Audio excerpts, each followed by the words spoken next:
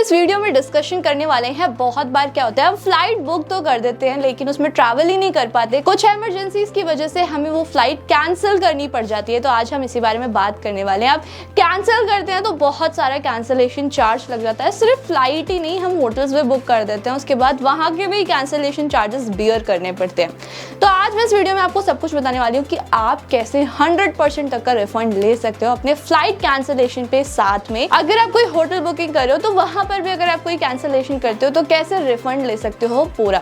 साथ में आज आपको मैं एक बोनस पॉइंट भी बताने वाली हूँ, तो इस वीडियो को पूरा देखना ताकि आपको सारी इंफॉर्मेशन मिल सके। हम जब भी फ्लाइट बुकिंग करते हैं तो हमें ध्यान में रहता है कि हमें ट्रैवल करना ही है, लेकिन हमारे दिमाग में ये नहीं रहता कि वहां पर हम कोई टर्म्स एंड कंडीशन पढ़ते नहीं है। सबसे पहले तो मैं आपको ये बोलूंगी कि अगर आप कोई फ्लाइट बुकिंग कर रहे हो तो वहां पर सारे टर्म्स एंड कंडीशंस पढ़ लिया करो, क्योंकि हर एयरलाइन के अलग अलग टर्म्स एंड कंडीशन होते हैं और हर एयरलाइन जो है वो कैंसिलेशन चार्ज करती है।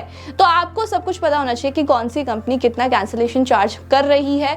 बाय चांस इमरजेंसी में अगर आपको कोई कैंसिलेशन कराना पड़ जाता है तो क्या उसके प्रोज एंड कॉन्स रहेंगे, क्या टर्म्स एंड कंडीशंस रहेंगे, आपको सब कुछ पता होना चाहिए। आप सिर्फ टिकट बुक मत किया करो, साथ में सारे कंडीशंस रीड कर लिया करो। ये तो हो गई एक जर्नल बात। अब मैं आपको बताती हूँ अगर आप ट्रैवल कर रहे हो तो आपको कौन कौन सी चीजें याद में रखनी चाहिए। तो सबसे पहले समझते हैं इसको एक एग्जाम्पल से। मान लीजिए आपने दिसंबर की बुकिंग जो है वो सितंबर में ही करा दी, यानी कि आपने 2-3 महीने पहले करा दी, लेकिन आप क्या हो, आप उस ट्रैवल को लेकर श्योर नहीं हो कि आप सच में ट्रैवल करोगे या फिर नहीं करोगे। लेकिन मैं आपको बता देती हूँ, अगर आप अनश्योर भी होते हो और बुकिंग करा देते हो ना, तो भी उसमें आपके बहुत सारे कैंसिलेशन चार्जेस लग जाते हैं। अगर आप ट्रैवल कर ही नहीं रहे तो उस सिचुएशन में भी आपका चार्ज अप्लाई हो जाता है। तो आपको क्या करना है, अगर आप अनश्योर हो और आप पहले से ही टिकट बुक करा रहे हो तो आप क्या कर सकते हो, आप ट्रैवल इंश्योरेंस ले सकते हो। इसमें आपको काफ़ी ज़्यादा बेनिफिट्स मिलते हैं और प्लस अगर आप कैंसिल कराते हो तो आपको 100% तक का रिफंड मिल जाता है। अब इसमें आ जाता है कि आपको पहले पैसे भी तो देने पड़ेंगे, और अगर मैं ट्रैवल कर लेता हूँ तो क्या होगा।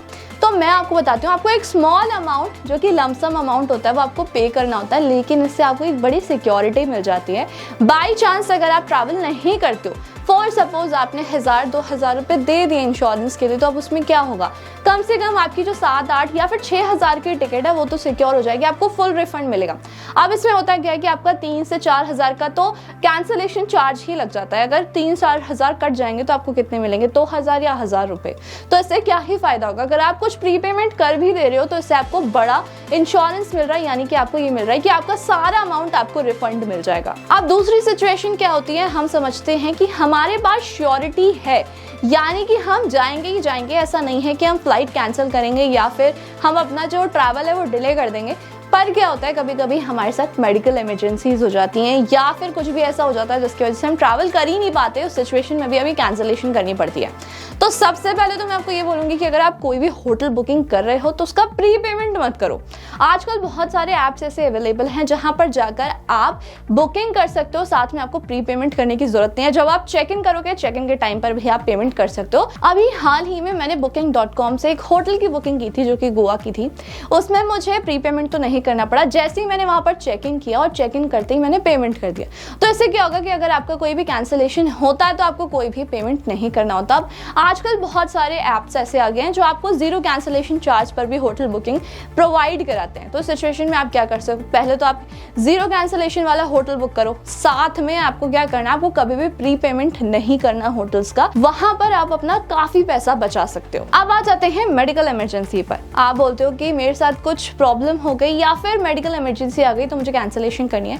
तो मैं आपको बताती हूँ, बहुत सारी कंपनीज ऐसी होती हैं जो आपकी मेडिकल इमरजेंसी पर आपको 100% का रिफंड प्रोवाइड कराती है।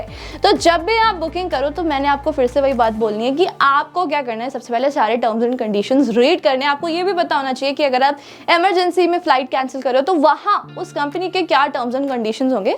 मैं आपको बताती हूँ, जितनी भी मार्केट में अभी एयरलाइंस अवेलेबल हैं सब अपनी अपनी पॉलिसीज और ऑप्शंस देती हैं। हम 2 एग्जाम्पल ले लेते हैं। सबसे पहले गो फर्स्ट का ले लेते हैं और एयर इंडिया का भी ले लेते हैं। गो फर्स्ट एयरलाइन जो है उस पर्सन के लिए जिसके साथ मेडिकल इमरजेंसी हुई है, उस पर्सन का फुल रिफंड देते हैं। मान लीजिए आपने अपनी बुकिंग कराई थी, साथ में आपने अपने वाइफ या फिर बच्चे की भी बुकिंग कराई थी, तो सिचुएशन में क्या होगा, आपके साथ अगर कोई मेडिकल इमरजेंसी हो रही है तो तीनों बुकिंग पे सिर्फ एक ही रिफंड मिलेगा, जो कि होगा आपका। उसमें भी आपको क्या करना होता है, आपको काफी सारे डॉक्यूमेंट्स जो हैं वो सबमिट कराने होते हैं। मैं आपको ये वाले डॉक्यूमेंट्स में बता दूंगी कि कौन से मेनली डॉक्यूमेंट्स आपको सबमिट करने पड़ते हैं, लेकिन मैं आपको एक बार एयर इंडिया की भी पॉलिसी बता देती हूँ। अब एयर इंडिया की इसमें पॉलिसी होती है कि एयर इंडिया आपको रिफंड नहीं प्रोवाइड कराती, एयर इंडिया जो है आपको रीस्केड्यूल प्रोवाइड करा देती है। आप अपने अकॉर्डिंग कभी भी डेट आगे बढ़ाकर उसको बुकिंग कर सकते हो। तो ये होती है सिचुएशंस अलग अलग कंपनी की। अब कुछ कंपनीज ऐसी भी होती हैं जो आपको पूरे टिकट पर, यानी जितने भी आपने टिकट्स बुक किए हैं सबका रिफंड मिल जाता है। तो मैं आपको यही कहूंगी कि अगर आप कोई भी बुकिंग कर रहे हो तो पहले सारी पॉलिसीज रीड कर लो, ताकि इससे आपको बेनिफिट्स ही होगा। इसमें कुछ मेनली डॉक्यूमेंट्स जो आते हैं, सबसे पहले तो होता है जो आपका मेडिकल डायग्नोस्ट सर्टिफिकेट होता है, आपके डॉक्टर के द्वारा दिया जाता है, आप वो लेकर जाओगे। साथ में आपको देना होता है अनफिट टू ट्रैवल सर्टिफिकेट, जो कि स्टैम्प्ड होता है आपके डॉक्टर के थ्रू, जिसमें आपकी ट्रैवल डेट भी कवर होनी चाहिए। अब तीसरा डॉक्यूमेंट आ जाता है जो कि काफी ज्यादा इंपॉर्टेंट होता है, आपका मेडिकल सर्टिफिकेट, और दूसरा होता है आपका डिस्चार्ज समरी, जो कि आपके डॉक्टर के थ्रू ही स्टैम्प्ड होना चाहिए। और साथ में जो को पैसेंजर है उनके बारे में भी डिटेल्स चाहिए होती है, या फिर उनका भी आपको सर्टिफिकेट लगाना पड़ता है।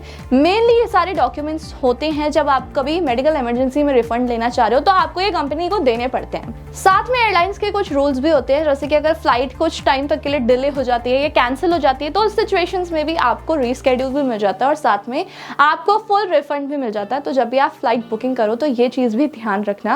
अब हमने इस वीडियो में 3 चीजें सीखी। सबसे पहले तो अगर आपको अनश्योरिटी है कि आप ट्रैवल नहीं कर पाओगे, तो उस सिचुएशन में आपको क्या करना है, ट्रैवल इंश्योरेंस जरूर लेना है कि अगर आप कैंसिल करते भी हो तो इस सिचुएशन में क्या होगा कि आपको फुल रिफंड मिल जाएगा। दूसरी बात, अगर आप होटल बुकिंग कर रहे हो तो आपको प्री पेमेंट नहीं करना, आपको क्या करना है, वेट करना, जब आप चेक इन करोगे तब आपको पेमेंट। दूसरी बात हमने क्या सीखी, आपको होटल बुकिंग का प्री पेमेंट कभी भी नहीं करना, आपको क्या करना है, वेट करना है, जब भी आप चेक इन करोगे तब आपको वहां पर जाकर पेमेंट करना है। तीसरी चीज हमने क्या सीखी कि अगर आपको कोई मेडिकल इमरजेंसी आ जाती है तो आप कैंसिलेशन करा सकते हो फुल रिफंड के साथ, लेकिन वो अलग अलग कंपनीज पे, उनकी पॉलिसीज पर डिपेंड करता है। साथ में आपको क्या करना है, आपको सारे टर्म्स एंड कंडीशंस रीड करनी है फ्लाइट बुकिंग से पहले, क्योंकि वो सबसे ज्यादा इंपॉर्टेंट होते हैं। उसी में ही लिखा होता है कि कितना कैंसलेशन चार्ज लगेगा, कितना नहीं लगेगा, किस सिचुएशन में नहीं लगेगा, किस में लगेगा। साथ में सिर्फ यही नहीं, आपके बैगेज से रिलेटेड भी आपको बहुत सारी इंफॉर्मेशन इसमें मिल जाती है।